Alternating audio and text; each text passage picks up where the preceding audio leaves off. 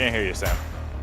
I know. You got to give me a minute, Nick. I saw your lips moving and nothing coming out. I was looking down at. I'm not a perfect. I am the worst producer. I didn't do nothing. I am the worst producer. Anyway, happy Devil's Wednesday. This is State of the Fan Address, presented by pucksandpitchforks.com. I'm your host, Sam Wu, here with Nick Villano of pucksandpitchforks.com, editor-in-chief. Streaming live on Facebook Live, YouTube Live, Twitter Live, and Twitch on the Let's Go Devils Network. Coming to you live from the Primetime Radio Studios in North and South Jersey, as we have a big podcast tonight. Tonight's title is Devil's Potential is Unlimited. Tonight we have a special guest coming up a little bit later. She's a fan favorite. If you know anything about Sports Minded Unlimited in Warren, New Jersey. Yes, Warren, New Jersey. Not Warren County, New Jersey. Warren, New Jersey. Emily LeBoeuf. That's how you pronounce her last name, right, Nick? Did I do it right? Mm-hmm. All right. We'll be on the program. Special treat for all of us. And we'll talk a little bit later about that NHL.com article on Sports Minded, the history of Sports Minded, how it's a fan favorite. It is just a cult following. I love it. And I'm about to buy a couple things and take a second mortgage out just to buy a lot of things from that store. I've been looking online. Yeah. Listen, Sam, I think, maybe we could talk offline, but let's just tease the crowd. There might be some things that we're going to buy there that might be turned around eventually. That might be the next step in some of the live performances, and but that's neither here nor there. We'll get to that. You mean that we might be giving some of that stuff away? Listen, I didn't say it. But I'll buy something. I want that John Marino autograph photo of him with sunglasses on. That's the one I want. Yeah. I shouldn't say it out loud because I know you folks are just going to sell it out, and I'm going to be stuck having to get it on the secondary market marked up. Yeah, well. But I'll tell you this, Sam. I got a great story about Sports Minded Unlimited, and I've been told in the past that I tell too many personal stories in the interview. I just have an interesting interviewing process, but I'll tell the story now just because I think it's a cool one.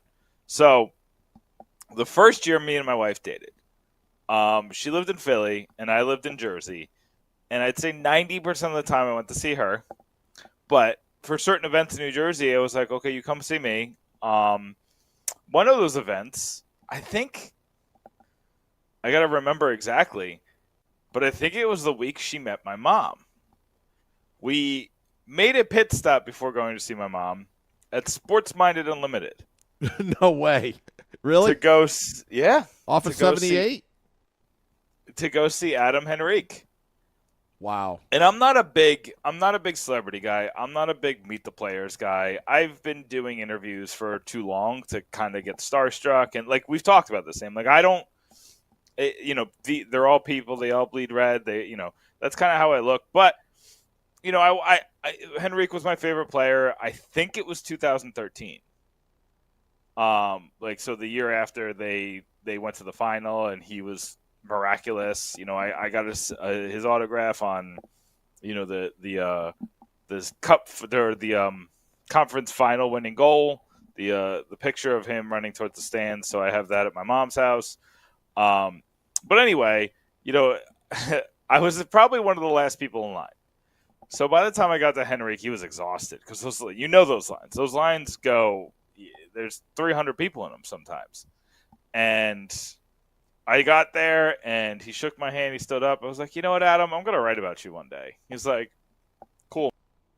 Oh, and Nick's feed froze again. Sorry, we're having technical difficulties, everybody, because I'm scheduled this Sunday to go down to Nick's house and fix his Comcast internet. It happens. It does happen. It happens all the time. But what he was about to say, I'm hoping that because of Sports Minded Unlimited, his marriage or his relationship with his now current wife has flourished, and it's because of Sports Minded Unlimited, helping relationships of Devils fans one fan at a time. Am I right, Nick? Did I stall? Listen, maybe you might be right. I might be married today because of Sports Minded Unlimited. I'm not. I can't say for sure, but I can tell you what, it didn't hurt. Well, I could tell you, the day that I met Mrs. Wu, the first day was actually at a Devils game. And when I drove on 78 eastbound, I passed Warren, New Jersey. So I could honestly say that because I passed by Sports Minded Unlimited, that good juju and the stars aligning, and that's how I met the future Mrs. Wu. Listen, it was that Devils Rangers game. It's keeping good marriages going. You know, Yeah. It's none of these 50% divorce rates. Like Sports Minded Unlimited is keeping those strong marriages going. 120%, especially you're a Devils fan. Yeah. Yeah. Yeah. Which is pretty cool that, just reading that article, I'm so happy for them. Just so happy. That article was super cool. If you haven't read the article on NHL.com, I tried to read the article and ask different questions or ask some questions based on the article, but I want the article to kind of speak for itself because that article, it was a fantastic job. So I've retweeted it on the Pucks and Pit Trucks account. The Sports Minded Unlimited Twitter account has tweeted it out. I'm sure Emily herself has tweeted it out, but it's on the NHL's website. That's huge. It's such a great story too. Like Sports Minded Unlimited has been doing it for a long time. Yep. What was it? The 80s it started? I think that's what 1987. I've been reading up on it. Yep. I've been reading up on 1987. And, if you look at this, I looked on this is how hardcore they are. And I actually got a good chuckle out of it. And I'm like, want to give them a thumbs up. They're so hardcore. They were one of the first, the email address is at prodigy.net. And I'm like, they were ahead of their time because I haven't seen that email address in years. Like sometimes you see the occasional at AOL.com, but when I saw that, I'm like, at Hotmail. The Hotmails are funny. Yeah, that's late 90s, but Prodigy is early 90s. They're ahead of their time. Hardcore. But yeah, so we're gonna have plenty of time to talk about Sports Minded Unlimited. I'm really excited for that interview. That's gonna come around 9:05, 9:10, somewhere in that range. So stick here for that. But we got to talk some Devils hockey, Sam. We've written a lot, and we've written a lot that has it's raised some eyebrows. And you sent out a tweet. I think it was last week talking about Connor Hellebuyck and how people would feel if he was the New Jersey Devils. If they woke up, you said something to the effect of if you woke up and Hellebuyck was on the Devils, how would you feel, right? That was the... Yeah, I was doing a little focus group meeting with Devils fans on Twitter. Yeah, so Vinny Parisi, writer for PucksPitTrucks.com, decided to put some, what he calls insane Hellebuyck trades together. And I want to talk about the one, because I'm curious about how you think of this, Sam. The one, I want to get the exact trade, because I don't want to spoil the entire thing. But the one, this is the one that raised my eyebrow. Connor Hellebuyck for Akira Schmid, Chase Stillman, and Lenny Haminaho. Now, on paper, the Jets aren't getting any draft picks. There's no future risk involved, right? There's no the Devils could tank and give up the 5th overall pick. None of that is part of this deal. But you're giving up the guy who beat the Rangers in the playoffs. Looked like he had ice in his veins. Pitched a shutout in Game 7. You're giving up a first-round pick in Chase Stillman, which the jury is still out on. I am still the jury. I am completely not sold, but I know a lot of Devils fans and some analysts on my team on pucksandpitchworks.com big on Stillman still. Think that he can be something. And then we got Lenny Haminao. the second-round pick of the Devils this year, which is he's like a 5-tool player, but like in the weirdest sense. You know, he could do just about everything, but he can't excel at anything. So that's a guy that sounds like he's going to make the NHL. So theoretically, you could be giving up 3 young future NHL players there for Connor Hellebuyck. And you know, I kind of wrote a caveat in that saying that like if that's the case, then you got to have an extension. You can't trade Akira Schmid without the extension. But let me ask you this, Sam. Just that trade on its surface. What do you think of that? Would you be willing to put Schmid in any trade package? I think that's what it's going to take to possibly. I think that's a great proposal to actually pull it off. Mm-hmm. But again, I may have been a little wrong with the Timo Meier thing, but I wouldn't do it. I can't do it. I can't do it. I can't pull it unless Tom Fitzgerald and his convictions say, now it's time to win. This is the price you pay.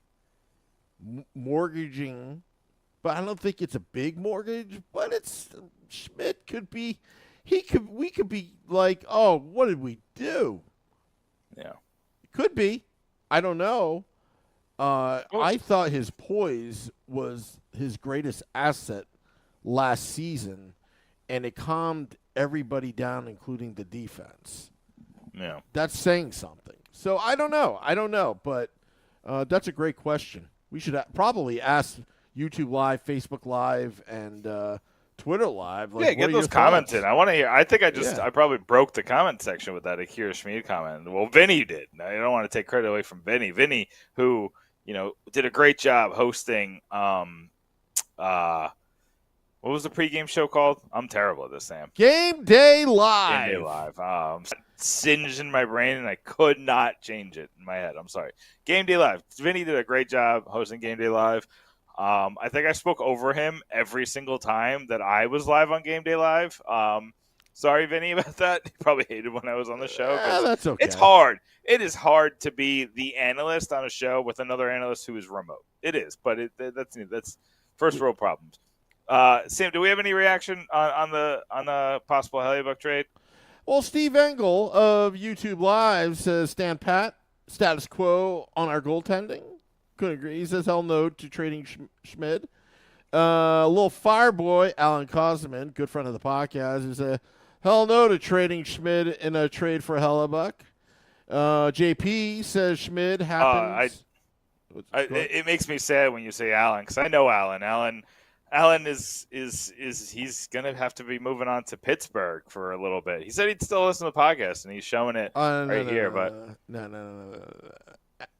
I will have little Fireboy be a little Devils fan in New Jersey forever,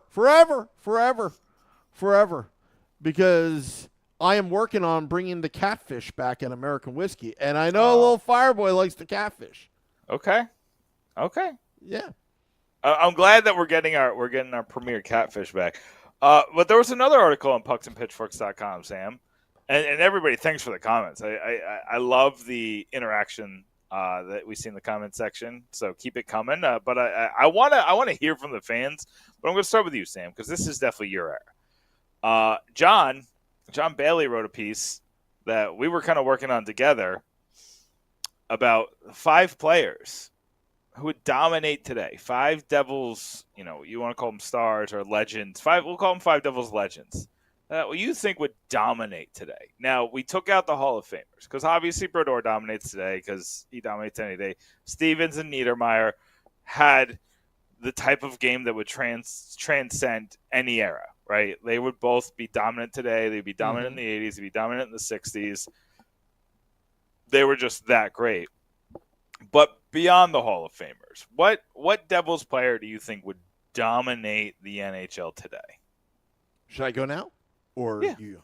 All right. Without reading the article, shame on me, pucksandpitchforks.com. Sergei Brylin. Oh, why? He wasn't on the list, so I'm curious of why.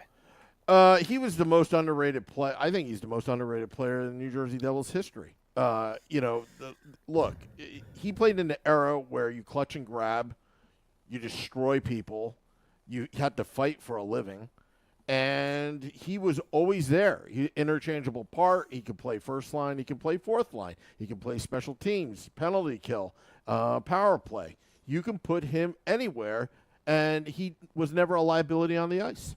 So that's number one. I would put. Also, in today's era, that always had. Let's see here. I think Brian Giunta would be even better. Yeah. He did play in the new NHL. You saw the gains that he had. Yeah. But the very first iteration of it. Yeah. But I got to think about that. I'm thinking on. Gianta's a great one. Giunta would have been on my list, but again, I kind of conceded this one to John and work with him on it. And Giunta didn't make his list, and that's fine. I think Giunta is a great pick. Do you know who I really like? Who? I think this guy would be. I saw what Clarkson was able to do as we started to get towards this era. And Clarkson's a guy I thought about putting on the list because I think David Clarkson. You see what Timo Meier's doing, and two players come to mind. Clarkson, but Clarkson didn't make the list. Clarkson, a guy who I think he led his junior year or his 1 year in juniors, he led the league in scoring. So this isn't a guy that came out of nowhere. He was a scorer in juniors. He just changed his game because of what the Devils wanted. And then Bobby Holik. Bobby Holik is a guy who had 30-goal potential, but the Devils wanted him on the crash line. The Devils wanted him in a checking line role. They wanted him in an intimidating role. They wanted him to play a different kind of game. And he got paid by the Rangers based on the potential, and then the Rangers misused him. The Rangers tried to make him something completely wrong. So, but if you had him as a second line scoring center, in between a Jesper Bratt and a Meier, or maybe a Jesper Bratt and a Tyler Toffoli, I think Bobby Holik is a dominant center. I'm not saying certified number one, but definitely 30 to 35 goal guy, 60 to 65, 70 points guy who, and this is what I forget, Sam, because it was the land of the Giants back then. Do you realize that I forget this, that he was 6'4", 225, doing what he did on the ice, just he was rocking guys, but he was just tough nose, grinding the grindstone, he would have to change his game a little bit because you don't want. Honestly, he's as big as Tom Wilson. He would be Tom Wilson today. That's who he would be. He's not Timo Meier. Timo Meier has he is more scoring skill than Holik did, but Holik could be Tom Wilson today. Very interesting you say that. One name that's being tossed around in the YouTube Live is Alexander McGillney, John Sumner. So the reason why he didn't make the list, it's a great pick. He just didn't play long enough here. I was trying to find guys who were Devils legends, and I feel like Mogilny is. I think Mogilny should be a Hall of Famer. It's criminal that he's not. I do think Mogilny he would have been great in the 60s. He's kind of he's same category as Brodeur and Stevens, but he's not in the Hall of Fame because the voters are idiots. But yeah, no, it's a great point. The reason I didn't have him on, or I said he shouldn't be on, is because he just spent too little time here. And he was great. What was it, 2.5 seasons? 3.5 seasons? Yeah, well, he had a second tour duty, so I would say about 3 seasons. Yeah. So, but that tour was weird. He went to the AHL because of cap situation, and it was strange, that second tour. But Lou Lamoriello was the first guy circumventing the cap, for real. All this stuff, with the Toronto Maple Leafs, carrying 19 players, and all these teams just doing these weird things to stay under the cap. Lou was doing it before anybody else. He was smarter than the average bear. But I'm kind of going on a tangent. I love the Mogilny pick. I think it's absolutely right. I think Mogilny dominates in this era. I don't even know. Like, how do you compare Mogilny? Who's like a guy that you think would be like Mogilny in this era? Like a smooth skater, but like with such scoring talent. I wouldn't. What are your thoughts on Claude Lemieux? Claude Lemieux was He was skilled. he was really skilled, but he was so perfect for his era. He was Yeah. so perfect for '90s hockey, Yeah. like so perfect. He would be good. Like I'm not saying he would be like an AHL guy. Like he'd be very good in this era. Like he would be, but I don't know if he turns into like Marchand. I think he's I more got a of good like guy. I got a Okay. good guy. Kevin Todd. Kevin Todd. do tell. Anybody? Kevin Todd. I mean, his rookie season was fantastic. Again, but again, he played in an era where guys were bigger. You had to fight, you know, and little Kevin Todd, I won't say he's little, but, you know, he went against the big elite. Remember that what the Patrick division was back then, okay?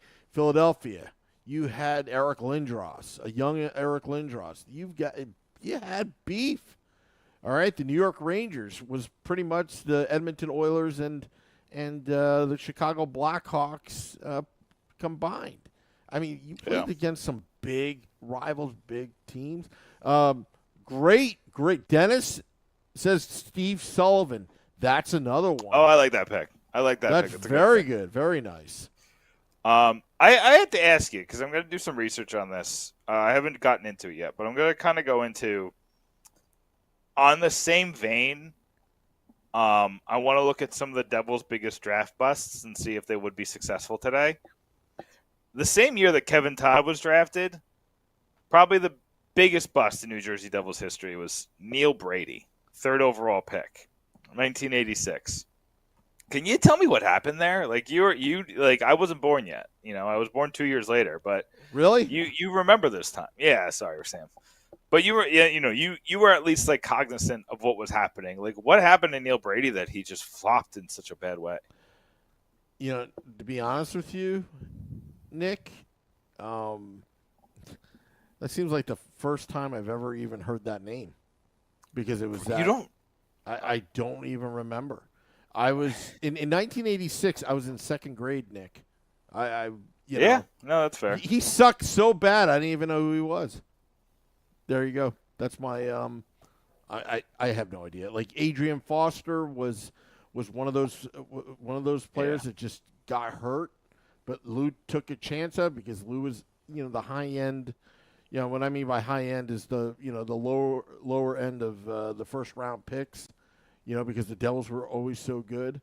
So, you know, Lou would take risks on. I'm trying to think, even in the 80s, Randy Belichick? I mean, Randy Belichick, he was a good defenseman, solid. Yeah. You know, again, playing in an era. Patrick Sundstrom, that's a very good.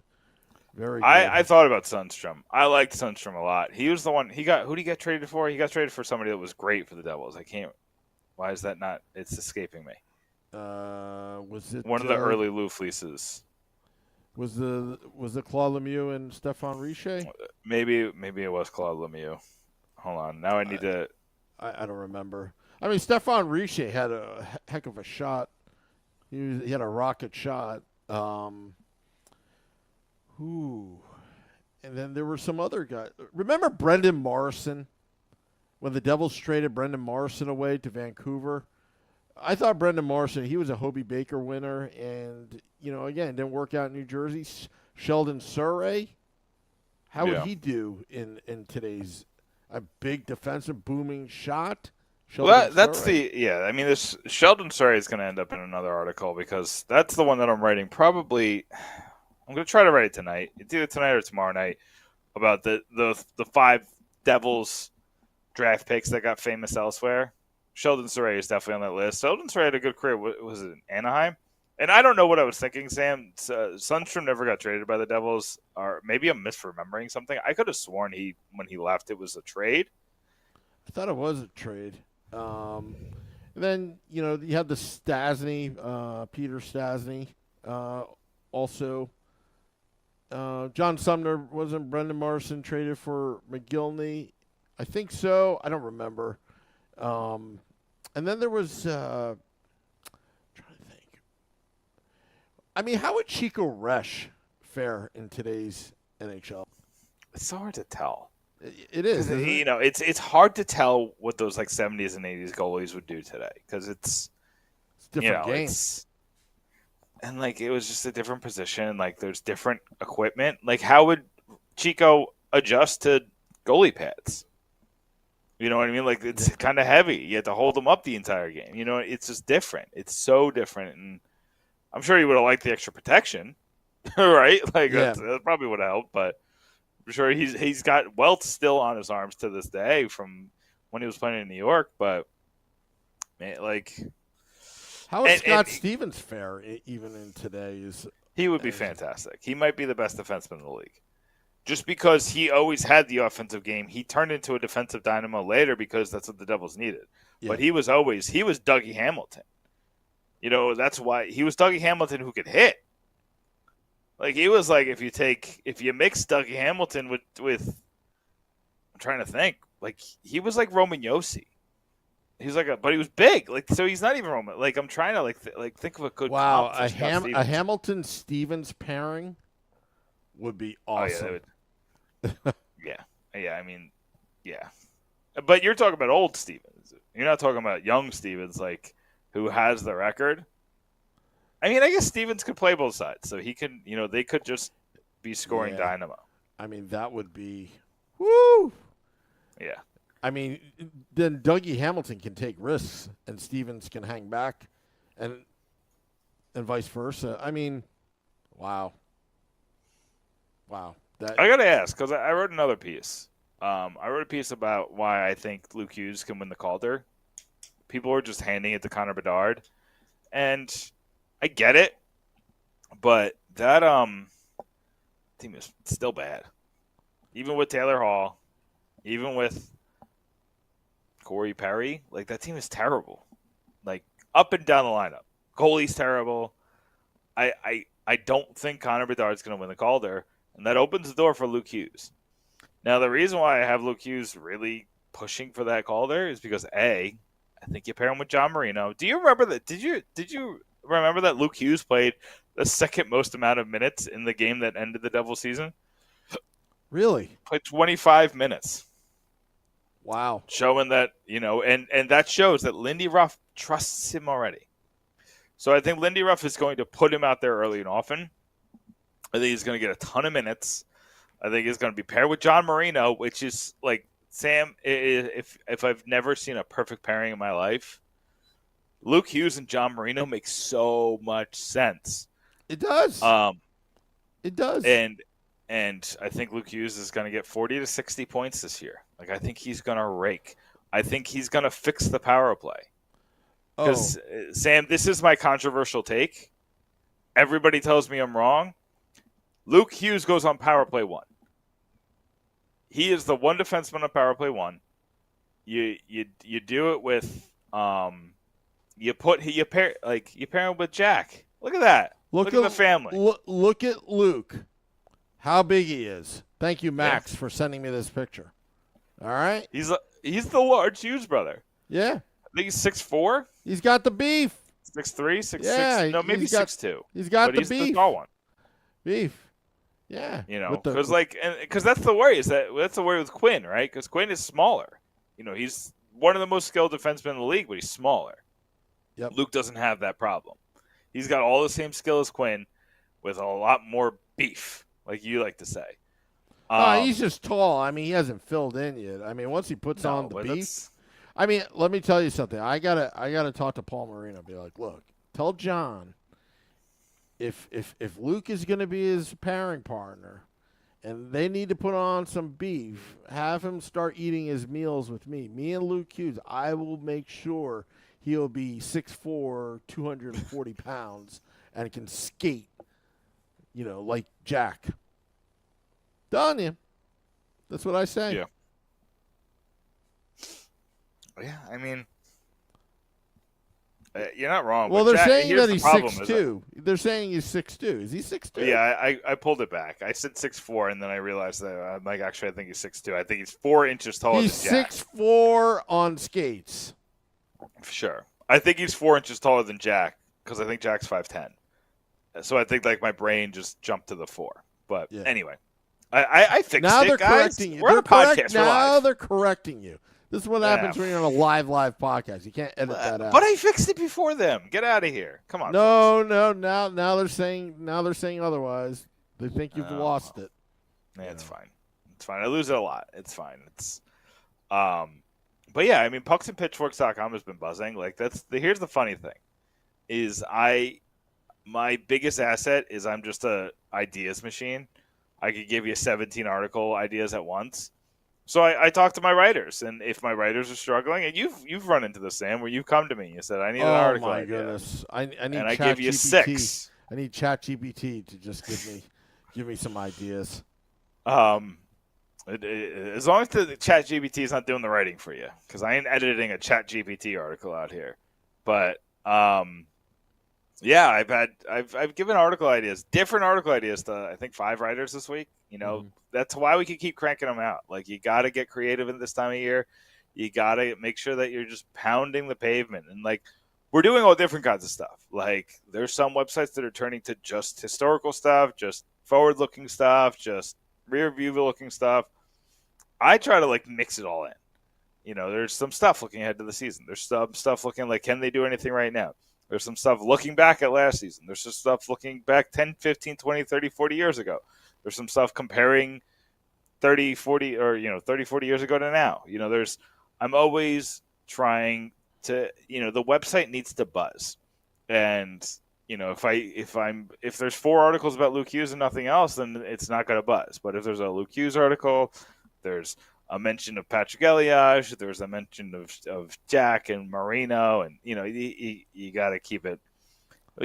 Pucks and Pitchforks, it's looking good right now, Sam. I'm loving where we are right now. You should. We're in a good spot. Well, just for fun, maybe this is going to be a new bit. I asked ChatGPT, what article should I write for Pucks and Pitchforks blog?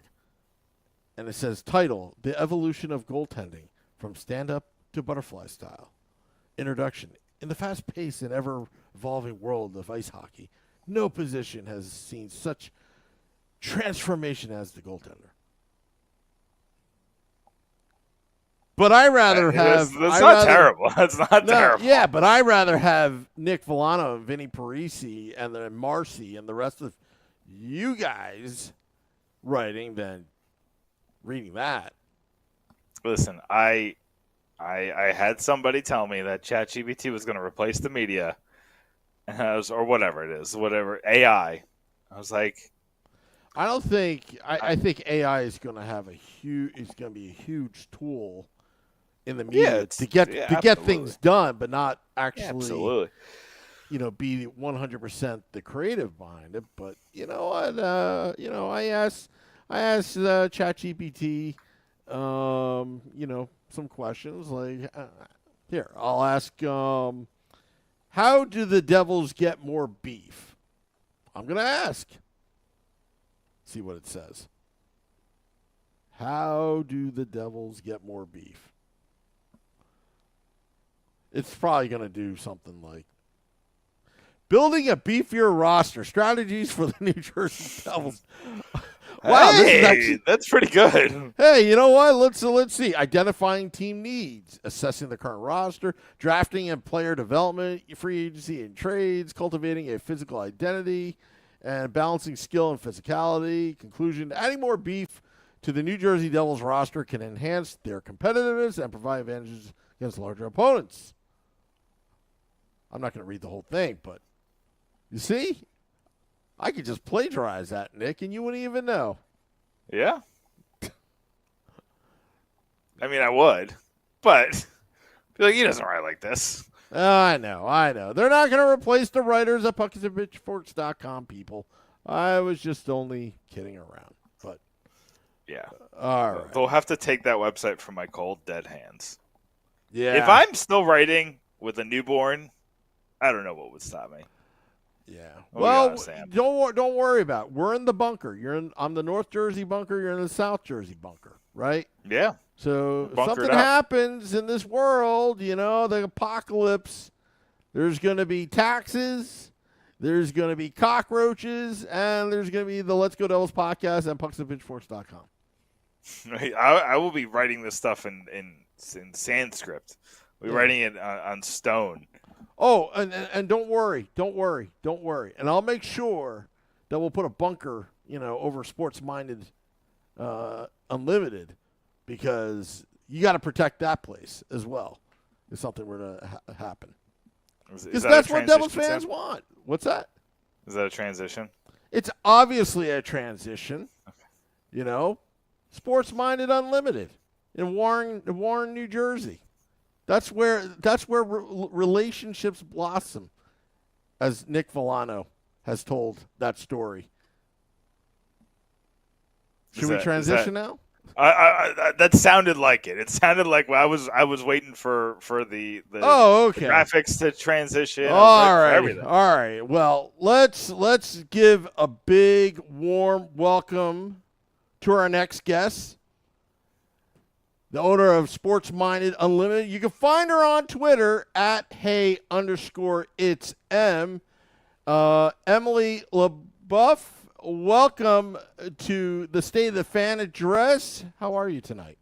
Hey guys, can you hear me? Oh, absolutely. Yeah. Loud and clear. Sound great.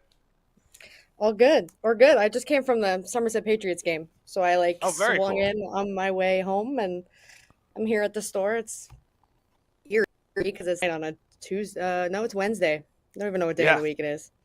Listen, when you got that media attention that you got, it's probably your head spinning. Real quick, before we kind of get into the story and everything with that, what was it like? Like, can you tell us about the process of having that article written? Like, how did you feel? Like, what was the feelings going when NHL.com approached you? Yeah, right. It's funny because the saying, like, it's all about in the real world. Sometimes that becomes a thing. So my good friend that I went to college with, her cousin actually is a writer for NHL.com, and she's the one who ended up writing the story. So she kind of got lunch with her cousin a few weeks ago and kind of told her about me and asked what kind of stories of the NHL she writes, and she kind of writes the fan-based stories. So she kind of pitched her the idea, and she liked it, and she went to her boss, and her boss said the okay, and then she put the two of us in contact, and I had a phone conversation with her last Wednesday, so a week ago. I had about a 45-minute conversation with her, and the story, I didn't really know what she was writing about. It kind of was a cover story. We touched on a few different things, and then the article was created. It was great, and I didn't get a chance to look at it firsthand. So when the article was posted, it was the first time I had read it, and it went from there. We kind of just blasted it out today. It was great. Did you have any nerves? Like, did you feel nervous not being able to see it firsthand? Yeah, a little bit. It's funny. I was telling a few people about the article, and I think it was even my mom. She was like, "You're gonna get a copy of it first. Like, you're gonna be able to okay it." I was like, "Well, I didn't really say anything that I wouldn't be okay with coming out in the article, I guess." I was like, as long as my name is spelled correctly and stuff like that, it was great. So it was a funny story how it happened, and I never thought it would become a thing, and here we are. So it was great. So let's talk about growing up. You grew up with your dad owned this awesome sports store, and it kind of grew into this thing. It wasn't always like athletes walking in and out, but it kind of turned into that. What was that like? What was it like to see the store turn into what it is today? And what was it like just to have the sports store growing up? Like, what was growing up with Sports Minded Unlimited like? Yeah, no, it was great. So I kind of didn't really get involved too much because it wasn't really, we had Zach Parisi for the first time in 2009. He was the first Devil that we ever had. Before that, we really just did like one athlete a year, and it was probably usually a football or baseball player. So when we started breaking out into hockey, I was a fan when I was little, and then I wasn't really a fan. So And then when I was 13, obviously Zach Parisi's the first one, and any 13-year-old, it's like a heartthrob. So I was like, I thought my dad was the coolest person ever that Zach Parisi was in the store and stuff like that. And then it kind of branched out. It was like Zach, then Travis, and from there it was David Clarkson. He came a bunch of times, and then Adam Henrique started to come and this and that. So we started having these players more and more often, and I would go to games all the time. And then it was really fun having them. And then even when I went away to college, I only went away to school about an hour away from here. And anytime my dad had a signing, like I would call my mom and be like, come pick me up. Like I got to come to the signing. I wanted to be in the know like every time and stuff like that. And then it got to the point where even my dad like would call me and be like, should I have this guy? Should I not have this guy? So then it kind of geared into that, but it was a Nice. lot of fun. Yeah. Yeah, that sounds fun. I'm gonna, I get yelled at for telling too many personal stories in the interviews, but I'm gonna do it this time because I think that's a kind of cool story. No, of course. Me and my wife have been together for a very long time, and this story is gonna tell you how long it's been. So when she was going to meet my mother for the first time, she lived in Philly at the time, and I lived on the Jersey Shore. And I was like playing around. I think I was on Twitter or something. I saw that Adam Henrique, who was my favorite player at the time, was coming to Sports Minded. I was like, "Hey, Kate, we're gonna take a pit stop." And as you probably know how far Warren, New Jersey is from Tom's River, so Yeah. we went from Philly all the way up to Warren, and then all the way down. So she was like, and again, I ended up marrying her, so she knew what she was in for when she said I do. But it was before she met my mom for the first time. It will always be that she met Adam Henrique before she met my mom. So I always think that is a funny little story. And Sports Mind Unlimited has a little bit of a piece of my relationship, and with so many other people, like every Devils fan I know who lives in New Jersey has a Sports Minded Unlimited story. Like that's got to be cool, right? Yeah. Definitely. It's even like going around games and stuff like that. My dad used to never like going to games because people would come up to him and say hi. And even so now, like I just love walking around the concourse and seeing people that I know. And it's so true with the sports minded fan base is that like, I mean, sometimes we call them like the usual suspects, but like no matter who we're having, like the same people are coming every time. Mhm. I mean, there are brand new people that come all the time. Like everyone is learning about the store in all aspects, but it's really fun that like the same people come every time and you get to build a relationship with them and stuff like that. And like you're right, like everyone does have a story, whether it's with a different athlete or the same athlete. And Mhm. we've had Adam Henrique 11 times, and there will people that will say I was there every time, every chance that they could get to come here for a signing. Is he like the highest? Like, was he? Yeah, Yeah. he's number one. He's 11 times, and then Patrick Elias is 2. He was when he was here on Sunday. It was his 9th time coming. Nice. Love that. So Yeah. I imagine you told this really personal story about the Nico Hischier appearance and its ties to Hockey Fights Cancer, and we know your dad's story, and I don't want to spoil that story for NHL.com, so everybody go read that story because it's riveting, it's great. So besides that one, because that one seems to have a special place in your heart, obviously, but what would be like one that like kind of surprised you of how great it was, or like what's one of your favorites?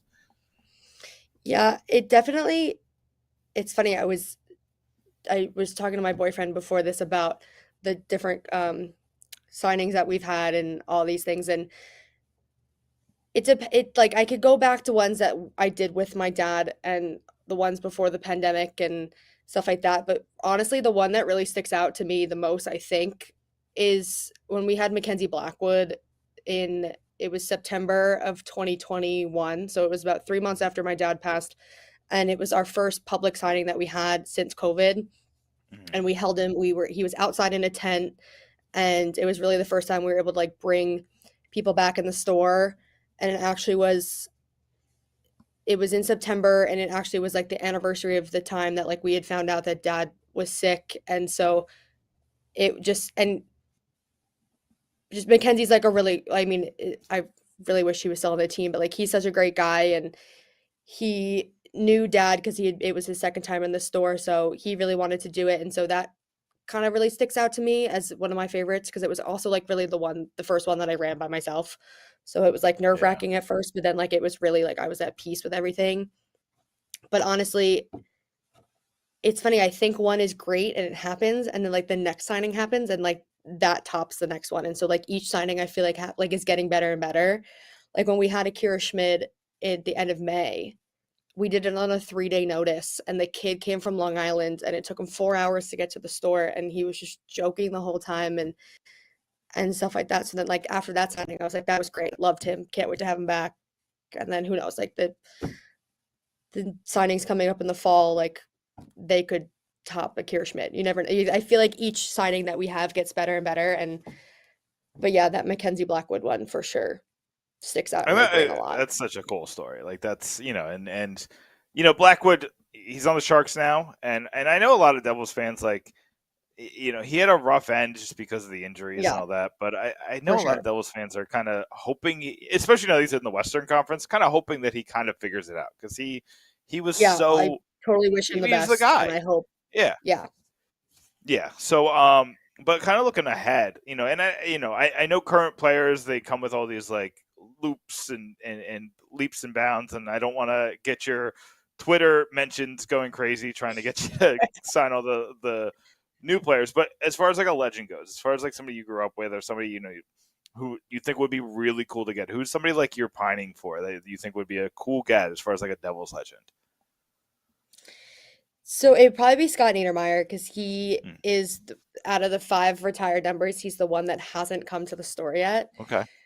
and it's tough because I'm thinking back to like growing up, and we never had Jamie Langenbrunner, which was interesting. Oh, Like to me, I'm like I'm surprised he had never came. He hasn't been to the store and so on and so forth. But yeah, Niedermeyer. I mean, I've done something privately with him through I'm trying to think, Frozen Pond up in Canada, but he doesn't oh really okay, come yeah. here often. Yeah, so he doesn't really come up here often, and it's hard to schedule and so on and so forth. But I mean, I know sometimes he's not the biggest fan of doing public events and so on and so Hmm. forth, but he's so awesome when he comes. I've met him a couple times when he's been here for reunions and so on and so forth, but he would probably be the one that I get asked the most about, and if it would be a thing, I would love for him to come into the store. Yeah, that's great. There's plenty of celebrations to go around, and he'll always be invited. Yeah, So hopefully for that sure. can link up. We'd love to see a Niedermeyer signing there.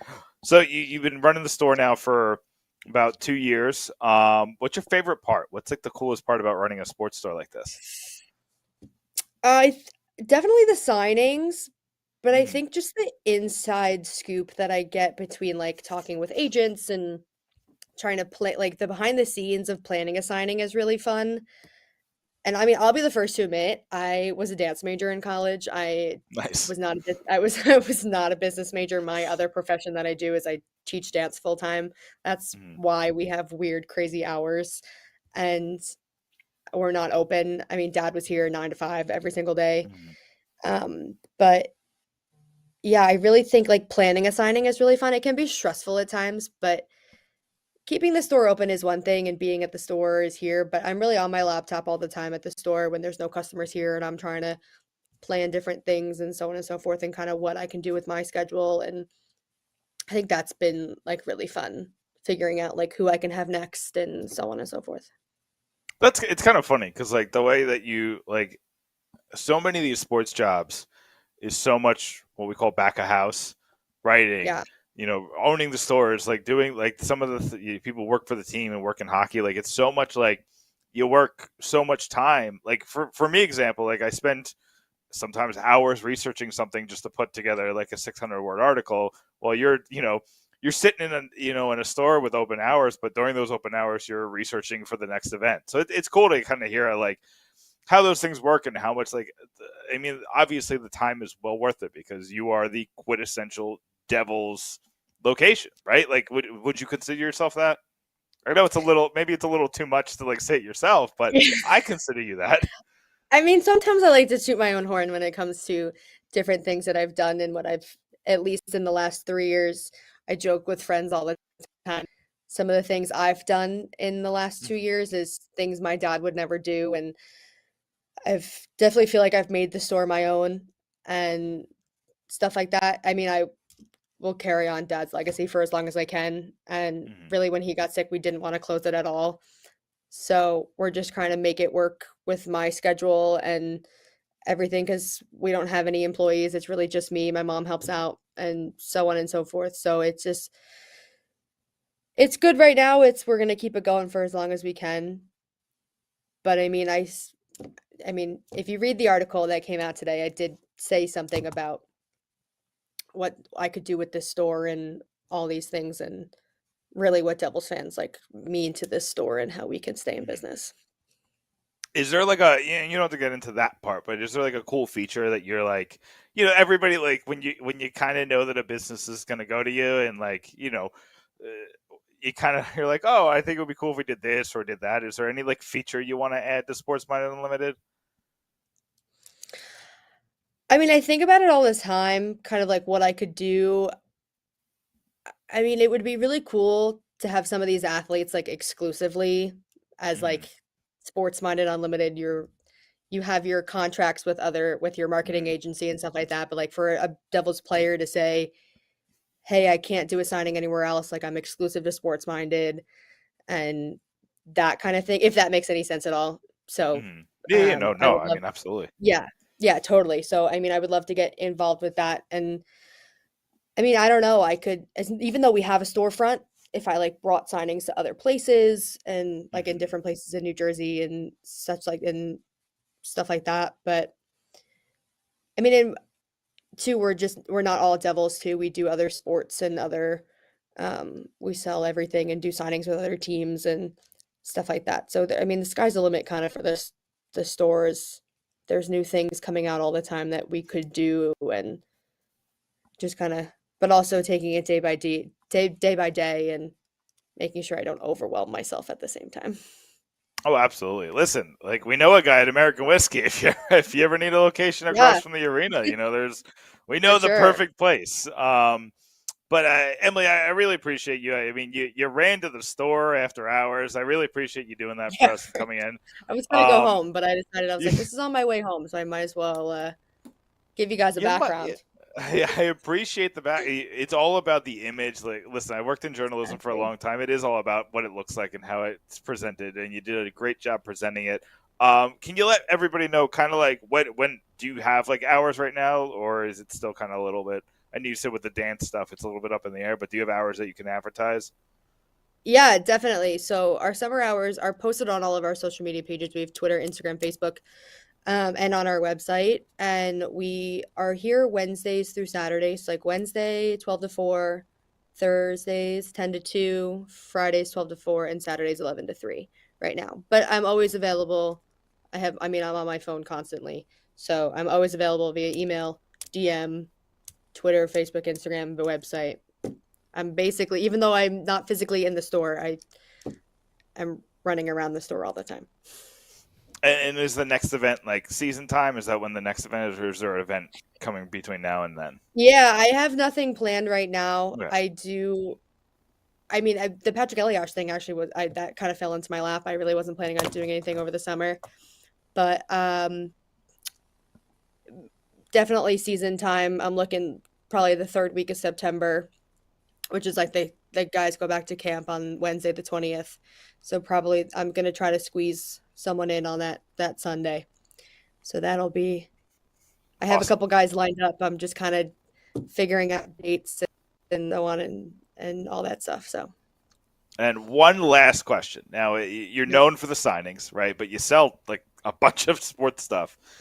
Do you have like a favorite item in there? It's like something you look at every day that you think like, oh, that's cool. That's here. Yeah, actually there's someone asked me this question a few weeks ago actually, and there's a piece of it's funny because it's a basketball item and I basketball is the sport that I don't follow. It's like the one Mm. thing I never got into is basketball, and it's a piece of the original flooring at MSG, and it's signed by like Magic Johnson and all these like a bunch of different guys like Walt Chamberlain and the it's just a Wow. really cool it's a really cool piece. Wow. I'm honestly surprised. I don't really advertise it. It's in the showcase and people Mm. walk past it all the time. I don't almost like don't want to advertise it because I don't want it to leave the store almost. Yeah. Like I just That yeah, I think that's probably one of my favorite pieces in this store. for sure. That's the weird thing about sports memorabilia, right? Like, Yeah. is that like I want to let everybody know how cool the stuff is, but then somebody's gonna buy it, and then I'm not gonna have it anymore Exactly. for this cool thing. I So ne that's Yeah, honestly, there's a couple pieces in the back of the store that I've squared away, and my mom will be like, "Why isn't this out on the floor?" I'm like, "Well, because I want to keep it for my personal collection," and she gets mad at me. So I'm like, "Hey, I gotta build up my collection at some point." Like, listen. Your so dad started this with his own personal collection. How are you yeah, have to have a personal collection to have a exactly. business collection. That's how it works. Very Emily true. LeBoeuf, this has been fantastic. I really appreciate you running over here from the Somerset Yeah, Patriots game to speak with us, of spending some time course. in the store, giving us the great background. Do you have anything else to plug? Do you have anything else you want to like promote before we let you go? I mean, just look forward to the fall. I mean, I have, like I said before, I have a bunch of guys lined up actually for signing, some new guys that I haven't had in the store before, and I'm really looking forward to having them for signings. And yeah, just keep following us, and we're gonna keep posting as much as we can. And I really like go out and read the article. It will tell you how Mhm. much the Devils community means to me and my family, and we're just like I said before, we're gonna just try to keep this business running as long as we can. And that's it's on Emily's Twitter at hey underscore it's M. It's on my Twitter at Pitchfork Puck. It's I'm assuming Sam tweeted it out. It's Yes. it's getting play. It's all around Devils Twitter today. Emily LeBoeuf, thank you so much. I really appreciate you Of spending some course. time with us tonight. No problem. Bye, guys. Thanks, Emily. That is Emily LeBoeuf, a sports-minded, unlimited. You better go. I'm going there. I have nothing to do tomorrow. I like she I'm teased me I'm so going to the bad, bank. Sam. I want to know who the players are next year. I I know. was so excited. I gotta go. I gotta go. I gotta get over there. Everybody's got to follow Sports Minded. Everybody's got to follow Emily. That's like, and honestly, like I'm not just saying this because we had her on, but I randomly I think I found it on Facebook. Like this was like you got to remember this is what is it 2013? I think it was like 2013 when I went to see Henrique. So Facebook was the cool place to You know what? advertise your events. The next time Adam Henrique is in town, I think there Mhm. should be an anniversary at Sports Minded Unlimited with your Yeah. wife, kind of like that reunion. And you could tell Adam, not only do I write about you on pucksandpitchforks.com, but you are responsible for my wonderful marriage right now. And it happened here at Sports Minded Yeah. Unlimited. I have a lot of good Henrique memories. I will always love Henrique. I think he still might be my favorite player. Like I've like, I think I think part of it, and like Sam, you could probably attest to this, is like you eventually like feel like you're too old for a favorite player, and when you're covering the team, you feel like you really shouldn't have a favorite player, right? So like Henrique just feels like my last favorite player. There's always going to be guys like you root for, but I root for them because I want my predictions to be right. You know what I mean? I want my analysis to be correct. Yep. And I make a lot of bold predictions. So you want it, you do it based on data, but you also want to, you need a little luck in this, and you want that luck to come to fruition. By the way, yeah, I was looking on the sports minded unlimited.com. Yeah. I want some of that John Marino stuff, like Okay. immediately. Yeah. So I got to get. Do they have the sunglasses? Yes, they do. That autograph, I've got it. I'm gonna buy one for myself, and I'm gonna buy one for his dad Paul as well. Nice. I gotta send that. I gotta send that to me. Like, hey, I thought this was. They look very alike, actually. If you look at it, if you see the resemblance, his dad and John. But yeah, I mean, there's other stuff as well. They've got some Yankee stuff. If you're a Yankees fan, again, we have to stay in touch with Emily, because anytime they have, I mean, not that they need any more promotion. It's not like, but why not promote them? Let's keep it going as long as possible. Yeah. This fun place. Yeah, listen, like she's very busy. She just made it very clear that she has a lot going on. But if the people keep coming, and like support local business, folks. Yeah. Like, you gotta support absolutely. the local business. Like on Black Friday, just buy something. Doesn't matter what it is, just buy something. Or Small Business Saturday, buy something else. Buy something. Cyber Sunday? Yeah. Is that a thing? No, Cyber Monday. Cyber Monday? Sunday? Yeah. Or what's no Giving Tuesday? Is Sunday something? I don't know.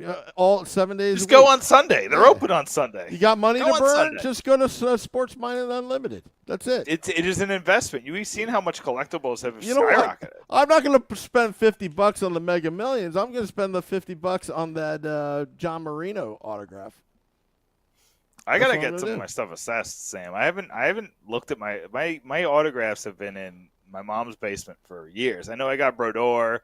I know I got Stevens. I know I got Marino. I got a couple good ones. Yeah. Rodney Harrison, I know, is in there. He used to be one of my favorites. So, well, also on a serious note, all this stuff is authenticated because you watch. I mean, you see the pictures on social media, on the Sports Minded site. You're actually watching the players sign those pucks and all that, and that's important. You talk about the authenticity. What has gone? After reading the article, I really don't want to spoil the article. First off, you got to read that article because it's a better understanding. Because you see it on social media, but sometimes social media, you really get a grasp of what's going on. It's so authentic, and Emily said it. The usual suspects are always there. It doesn't matter. I mean, heck, they could have, they could have that guy, Neil Brady, that I don't even know who he is, back in 1986 for the New Jersey Devils. The place would be sold out. Yeah. There's a reason for it. Each one, they get 300 people. They don't need to do advertising. Word of mouth would get 300 people. Oh, of course. They actually, I mean, they do it on their own. Real Devils fans know where it's at, and that's a proven time and time again, over the years. And I'm just so happy that it's better than ever right now. Yeah. So, but Sam, that's all I got. I gotta go check on this baby. Oh, okay. All right. So is that the cue to end the podcast? That is the cue. All right. Start the music. Let's do the plugs. Let's make it. Right. Let's make our way on home. Well, just again, we want to thank Emily LeBeouf for coming on to the podcast, rushing from the game, the Somerset Patriots. If you haven't been to that Somerset Patriots game, I suggest you do it. I think they have bottomless popcorn and all sorts of stuff at the stadium. See, popcorn is like the one thing I don't need bottomless.